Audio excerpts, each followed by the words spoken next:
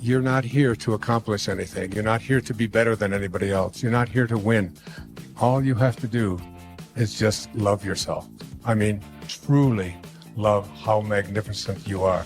And that's what I meant when Saint Germain spoke to me and said, it's all you have to do is spend 15 minutes being in a state of appreciation for the I am presence that you are.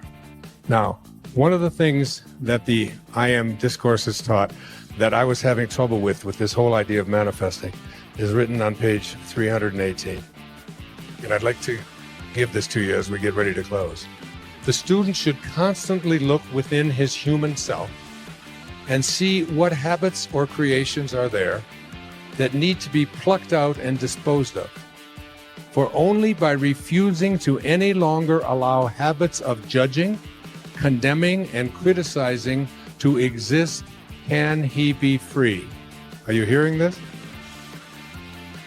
The true activity of the student is only to perfect his own world, and he cannot do it as long as he sees imperfection in the world of any of God's children.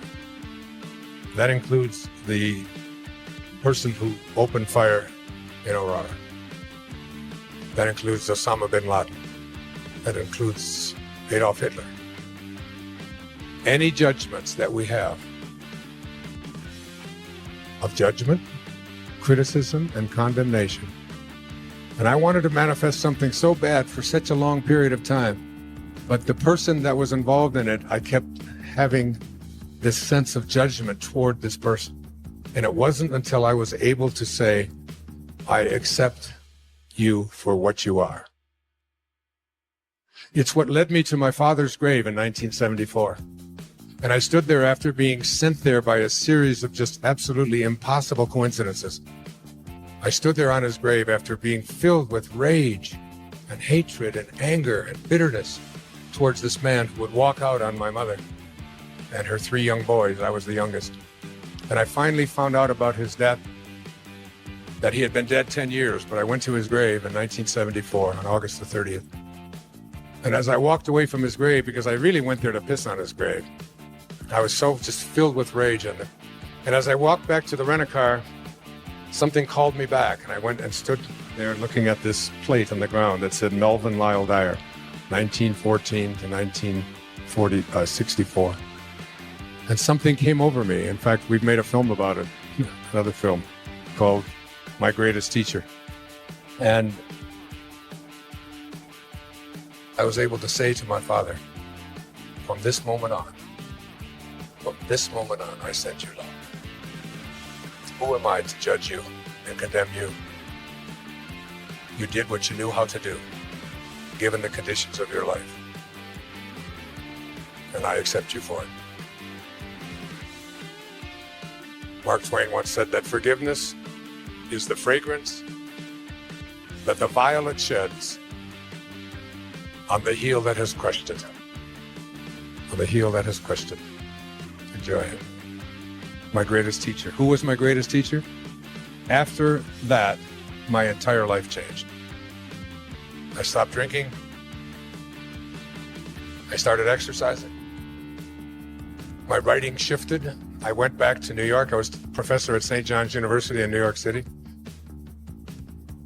I took 2 weeks to go down to Fort Lauderdale, Florida, checked into the Spindrift Motel, and wrote a book called Your Erroneous Zones in 14 days.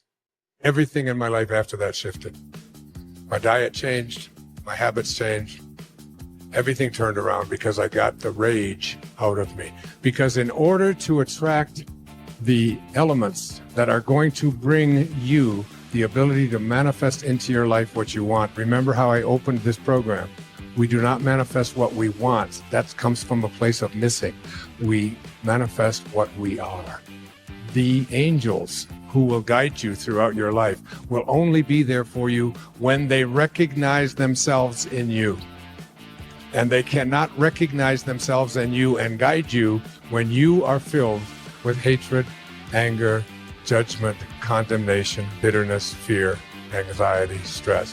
You have to let all of that go and be love. Be in this place of perfect divine love. love for everything and everyone on our planet. That's self-actualization at work.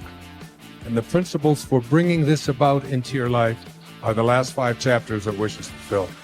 But basically, what it says is the greatest gift that you've ever been given is the gift of your imagination. Your imagination is yours to be able to do anything you want with. You can place any thought in there with the awareness of I am. There's a very famous poem about that moment of Moses speaking to God. It says, earth's crammed with heaven, and every burning bush afire with God. And those who truly know take off their sandals, while the rest sit round it and pick blackberries. It's your call. It's your call. So your imagination is the greatest gift that you've been given. And you can put anything in there. No one can tell you what can be there or what can't be there. Einstein said imagination is greater than knowledge. And he said if you want your children to have a great imagination, read them fairy tales. If you want them to be even smarter, read them more fairy tales. That's why I've written 5 children's books with that very idea in mind. The second thing is that you have to learn to live from the end.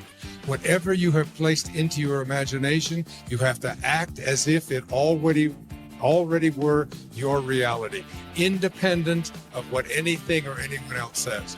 When I was told that I had this diagnosis of leukemia, I can't tell you how many people sent me condolence letters and sent me information about this disease and how it was incurable and unfortunately this. And fortunately, I was given by my children a wonderful gift. It's called an iPad. And it's got this wonderful feature in it. It's called Delete. And then there's another feature of it. It's called Trash, which is really great.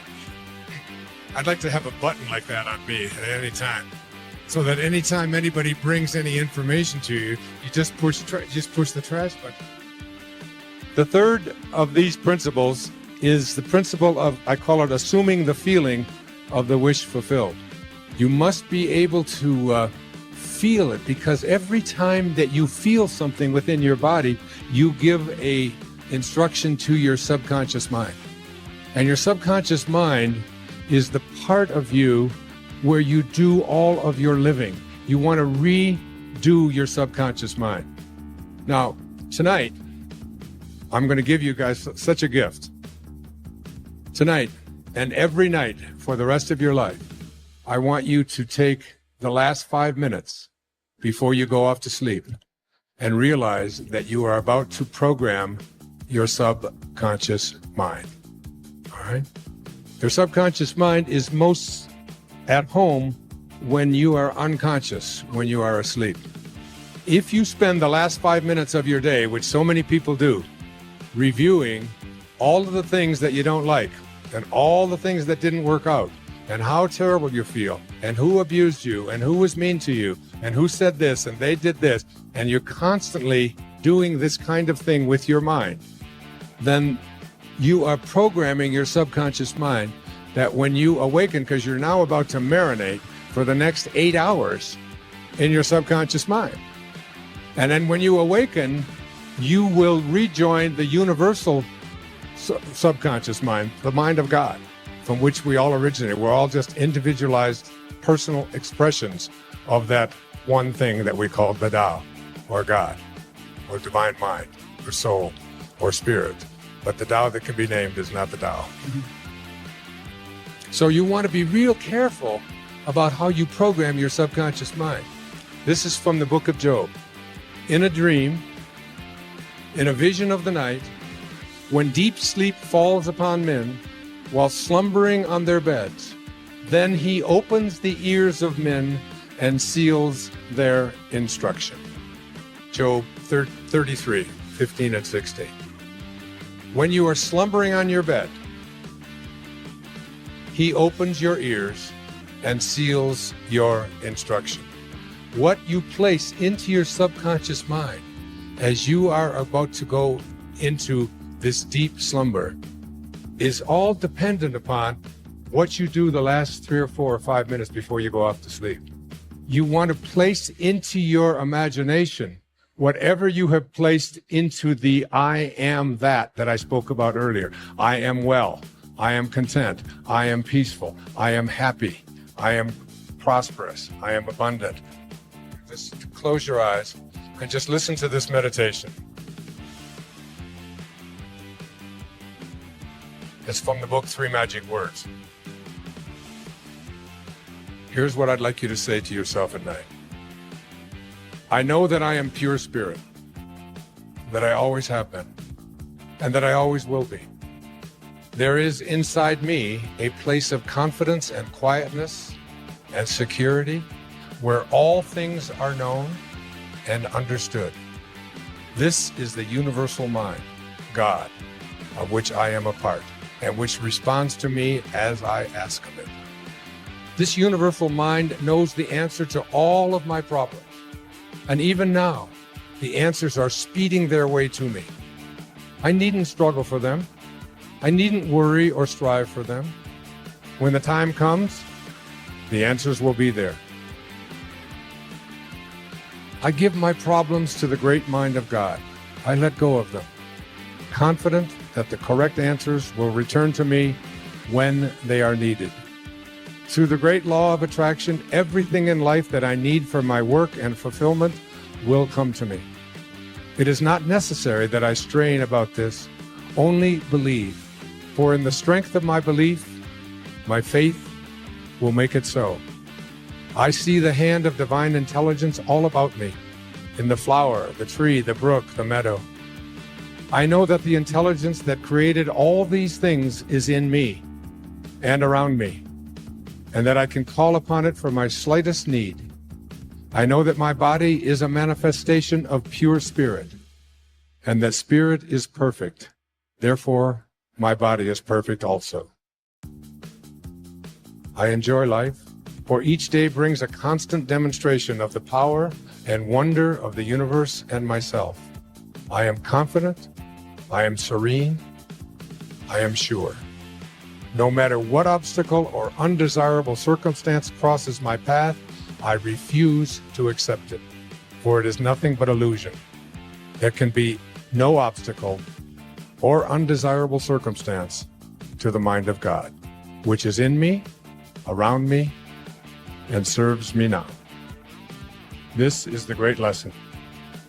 Know this within you. When Herman Melville was writing Moby Dick, he wasn't writing about a man looking for a whale. He was writing about a man, Ahab, trying to find his higher self. He said these words, "For as this appalling ocean surrounds the verdant land, so in the soul of man lies one insular Tahiti, full of peace and joy, but encompassed by all of the horrors of the half-lived life." In every moment of your life as you leave here today, you have this choice. You can either be a host to God or a hostage to your ego. It's your call. Thank you. God bless you.